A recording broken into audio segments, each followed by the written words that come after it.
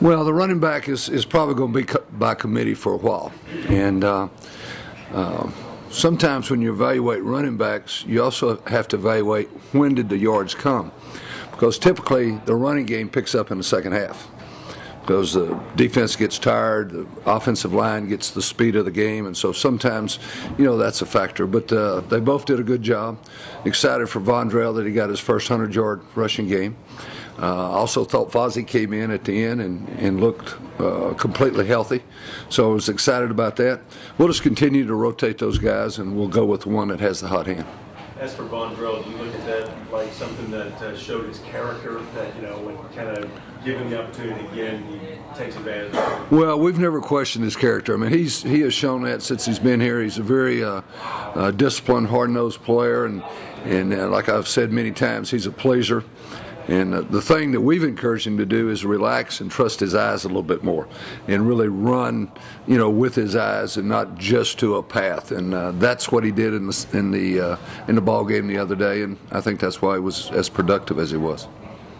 Are some guys just better starting out on the bench, watching a little bit, and then coming in the game as opposed to starting the game? Yeah, probably. I mean, I think, each back, they know going into the game that they're going to be in and out of the ball game. So there is some advantage to sitting over on the side and seeing what they're doing and listening to Major.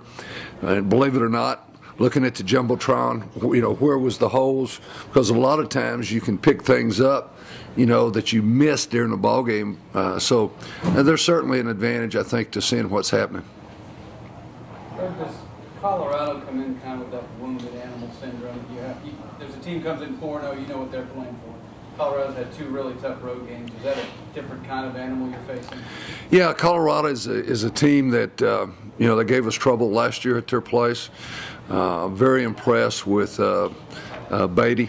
He's a guy that plays with a great motor and can rush the passer and he can beat you outside or with an inside move. Chappelle Brown is a guy that's involved in a lot of their blitzes and the things that they do. They play him in different spots, and I'm sure they'll come in. It's a Big 12 ball game. They're on the road. We'll get their best shot. Coach Brown says he breaks the season up into mini season, not just for the players, but mainly for himself. Because just the total of the season. Is that something you like as a older coach, I guess? Well, I've been with him so long. It's something that he has done for a long time, and it kind of, gives you, here's the start of the season, here's the middle part, and regardless of what's happening, you need to be able to go on and get started again. So the first part is over, the first season's over, and now we're into a tougher stretch. This 4-game stretch, how is it different going into it than maybe it was last year, the tough 4-game stretch you guys had? It's probably very similar. Our guys handled that stretch pretty well for the most part last year, and it's just you get in a mentality of this is what you do on Monday, this is what you do on Tuesday. So the good thing about it is with the open date behind us now, you really can get them into a routine now that takes them basically to the end of the season. Is it easier to get them focused on one game each one when there's not so much hype surrounding the treacherous range schedule? Well, it's something that we want to do all the time. You've heard 1,000 athletes probably this year, one game at a time, and coaches say the same thing, but it's really true. I mean, teams are so different from one week to the next, and the emotion of the game. UTEP beating Houston this week, obviously the emotion of the game is such a huge factor, and it's something that we constantly talk to our players about, that on any given week, if we're not mentally prepared, then bad things can happen. What does it say for your offense and what y'all were able to do against UTEP and they turn around and beat a team like Houston? Well, I thought for the first time this year we played 4 quarters offensively. We had seen spurts of really good play, quarters, halves, 2-minute drives, but we had not played consistently for 60 minutes, and I feel like we came close to doing that against UTEP, and we'll need to continue to do that as we get deeper into the conference schedule. Did you watch a lot of games this weekend, and When is the last time you just watched a football game for entertainment and not trying to pick out things and noticing things? I did watch a lot of games, and I never watch one just for entertainment. I know, I think all coaches, as you sit and watch, you say, okay, this is a formation we use. This is something we do in the red zone. How did they do it that maybe was a little bit different? I always have a pad right beside my chair and jot thoughts down, that occurred during the ball game. But I was probably known as a couch potato this weekend. Did you get some good tips this weekend? Well, you always pick up some things.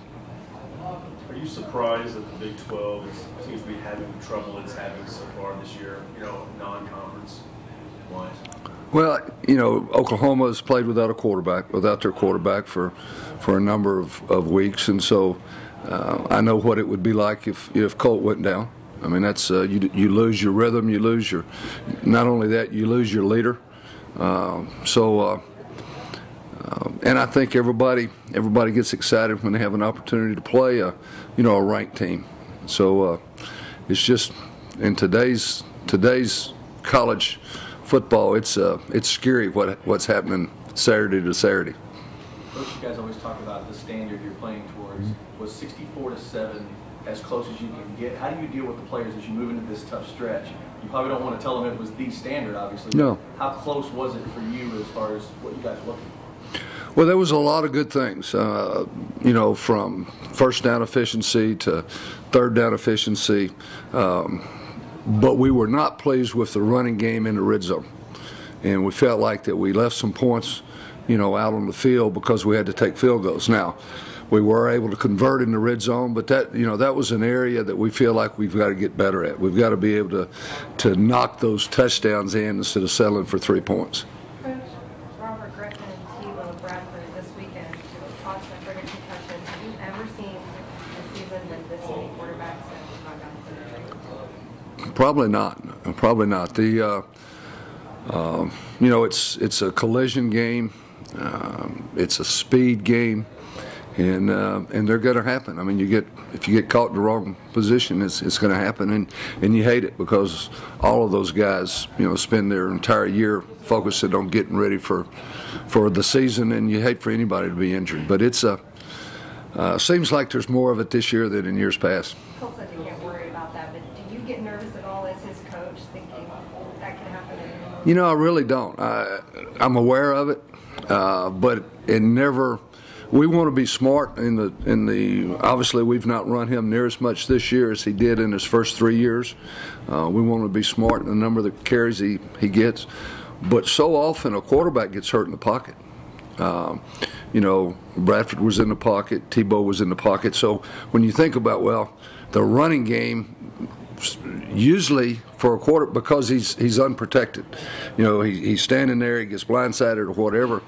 So I would say it's equally as dangerous in the pocket as it is running the football. In that sense, how do you prepare Garrett for? I mean, I guess you have to have that mentality of it could happen, but Sure. I don't think you ever think it's going to happen. How do you get him ready? Being the number 2 quarterback is a challenge. I mean, there's no doubt about it. I mean, he is, he's asked to be as ready to go in and perform a game plan as Colt is, and yet he's not going to get the same amount of reps as Colt is, and he's not going to get the same amount of reps with the same players that Colt is. So it's a challenge, and we try to give him as much fastball as we can during the week, opportunity to go pass scale against our defense, so he's seeing good fastball, but there's no question.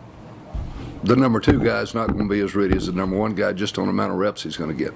Do you have Garrett on a headset? I mean, how involved is he with every play? He's not on a headset, but when Colt comes off the field and gets on the headset with me, Garrett sits right by him, and so they're talking about what's being said, the last series, what we're going to go back and do in the next series. So he's mentally involved throughout, and then as the offense is on the field, he's looking at the same thing Colt is looking at in terms of, all right, this blitz would make me hot, this blitz would not. We talked to him about trying to get mental reps. What would you do with a ball on this particular look?